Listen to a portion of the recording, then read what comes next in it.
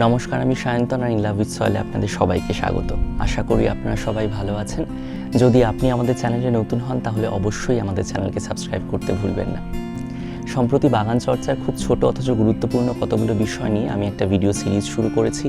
আপনারা যারা আগের ভিডিওগুলো দেখেননি তারা অবশ্যই ভিডিওগুলো দেখে নিতে পারেন। আমি প্লেলিস্টের লিঙ্ক ওপরে দিয়ে দেবো, এছাড়া আপনারা নিচে ডেসক্রিপশন বক্সেও পেয়ে যাবেন। আজ আলোচনা করব অ্যানুয়ালস আর পেরেনিয়ালস নিয়ে, অর্থাৎ একবর্ষজীবী এবং বহুবর্ষজীবী গাছ নিয়ে। এই বিষয়টা নিয়ে একটা দীর্ঘ ভিডিও করা যেতে পারে, কিন্তু যেহেতু আমি কথা দিয়েছি খুব কম সময়ের মধ্যে আপনাদের কাছে পুরো বিষয়টা পৌঁছে দেওয়ার চেষ্টা করব, সেই জন্য আপনাদের বেশি সময় আমি নেব না। চলুন শুরু করা যাক। প্রথমে বলবো একবর্ষজীবী বা অ্যানুয়ালস সম্পর্কে।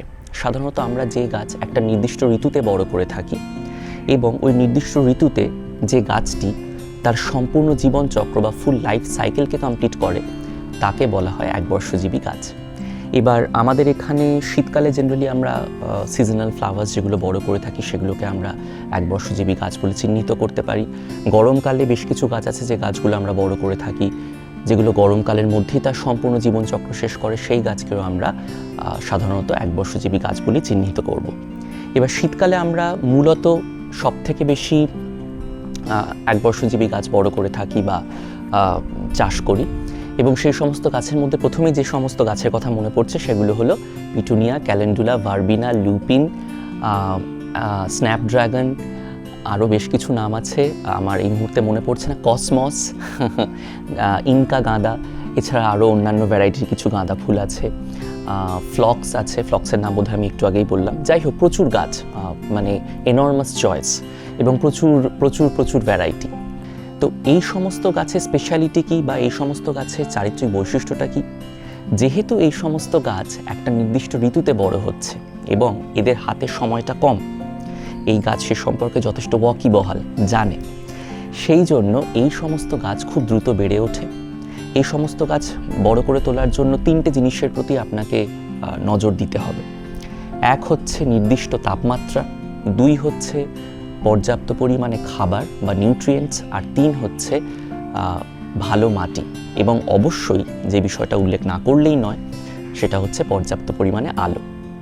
এবং এই সমস্ত গাছের ভালো পরিমাণে ফুল আপনি সিজনের শুরু থেকে সিজনের শেষ পর্যন্ত পেতে গেলে আপনাকে ডেড হেডিং করতে হবে, অর্থাৎ যে সমস্ত ফুলগুলো ফুটে যাচ্ছে সেই সমস্ত ফুলগুলো আপনাকে ছেঁটে ফেলতে হবে, না হলে কিন্তু আপনি ভালো মতো ফুল পাবেন না। কেন পাবেন না?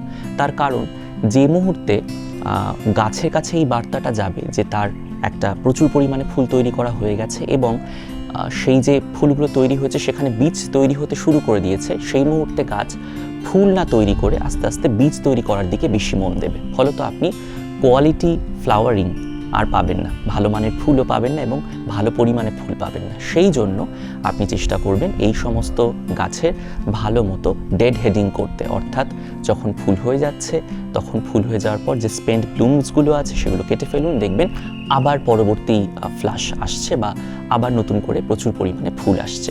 আর যদি আপনি এই সমস্ত গাছের বীজ সংগ্রহ করতে চান তাহলে সিজনের শেষের দিকে আপনি ফুল রেখে দিন, সেই ফুলগুলো থেকে আস্তে আস্তে বীজ তৈরি হোক, সেই বীজগুলো আপনি সংগ্রহ করতে পারবেন এবং পরবর্তী সিজনে আপনি সেই বীজগুলো ব্যবহার করে আবার নতুন গাছ তৈরি করতে পারবেন, আপনাকে নতুন করে বীজ কিনতে হবে না। কাজে এইটা হচ্ছে কম বেশি অ্যানুয়ালসদের চারিত্রিক বৈশিষ্ট্য। এইবারে আসবো বহুবর্ষজীবী গাছের আলোচনায়। বহুবর্ষজীবী গাছেরা কিন্তু অ্যানুয়ালসদের মতো দ্রুত বেড়ে ওঠে না, এরা যথেষ্ট সময় নেয়। কোনো কোনো গাছ এস্টাবলিশড হতে 2 থেকে 3 বছর সময় নিয়ে নিতে পারে। কাজেই বহুবর্ষজীবী গাছ যখন আপনি বড় করছেন তখন আপনাকে একটু ধৈর্য ধরতে হবে, আপনাকে ইনিশিয়ালি একটু যত্ন নিতে হবে, একটু বেশি কেয়ার নিতে হবে। তো এই সমস্ত গাছ বলতে আমরা মূলত যে সমস্ত গুল্ম জাতীয় গাছ আছে, যে সমস্ত ক্লাইম্বার্স আছে, উডি ক্লাইম্বার্স, সেই সমস্ত গাছকে বুঝে থাকি। বড় বড় বৃক্ষ জাতীয় গাছ, এদেরকেও আমরা পেরেনিয়ালস হিসেবেই চিহ্নিত করি।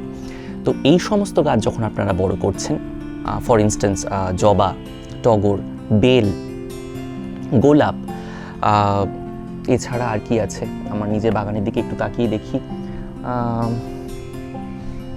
লেবু গাছ, মানে বিভিন্ন ফলের গাছ, এই সমস্ত গাছেরা কিন্তু একটু বেশি সময় নেয়, একটু বেশি যত্ন প্রত্যাশা করে ইনিশিয়ালি, কিন্তু একবার এস্টাবলিশড হয়ে গেলে এই গাছ কিন্তু আর খুব একটা যত্ন প্রত্যাশা করে না যখন আপনি ইনগ্রাউন্ড প্ল্যান্টিং করছেন। আর যখন আপনি কন্টেনারে বড় করছেন তখন আপনাকে মাঝে মাঝে একটু সার দিতে হবে, একটু দেখতে হবে গাছের পাতায় যাতে পোকামাকড়ের আক্রমণ না হয়, ডরমেন্সি ফেজে একটু যত্ন নিতে হবে যাতে ফাঙ্গাল ইনফেকশন না হয়, যাতে পাতাগুলোতে কোনো রকম কোনো সমস্যা না হয়, পোকামাকড়ের আক্রমণ ডরমেন্সি ফেজে না হয়। কাজেই এই বিষয়গুলো একটু আপনাকে যত্ন নিতে হবে। কিন্তু আপনি যদি পেরেনিয়ালসকে ভালো মতো পরিচর্যা করেন তাহলে এরা কিন্তু বছরের পর বছর আপনার বাগানে থাকবে এবং বেড়ে উঠবে আর প্রচুর পরিমাণে ফুল দেবে। তবে এটাও কিন্তু সত্যি কথা, পেরেনিয়ালসরা কিন্তু সারা বছর ফুল দেয় না। আপনারা নিশ্চয়ই জানেন এদের একটা নির্দিষ্ট ফ্লাওয়ারিং স্টেজ আছে। কোনো গাছের আবার ফ্লাওয়ারিং স্টেজ এবং গ্রোয়িং স্টেজ দুটো ডিফারেন্ট।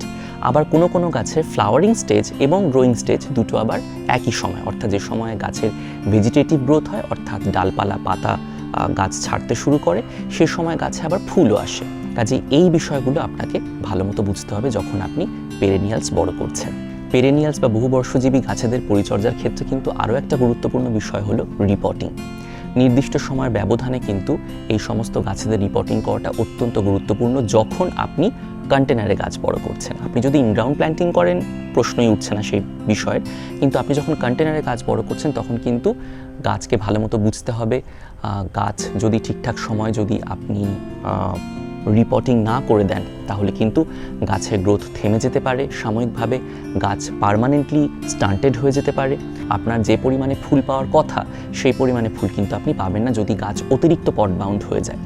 তো এই বিষয়গুলো আপনাকে একটু খেয়াল রাখতে হবে যখন আপনি পেরেনিয়ালস বড় করছেন।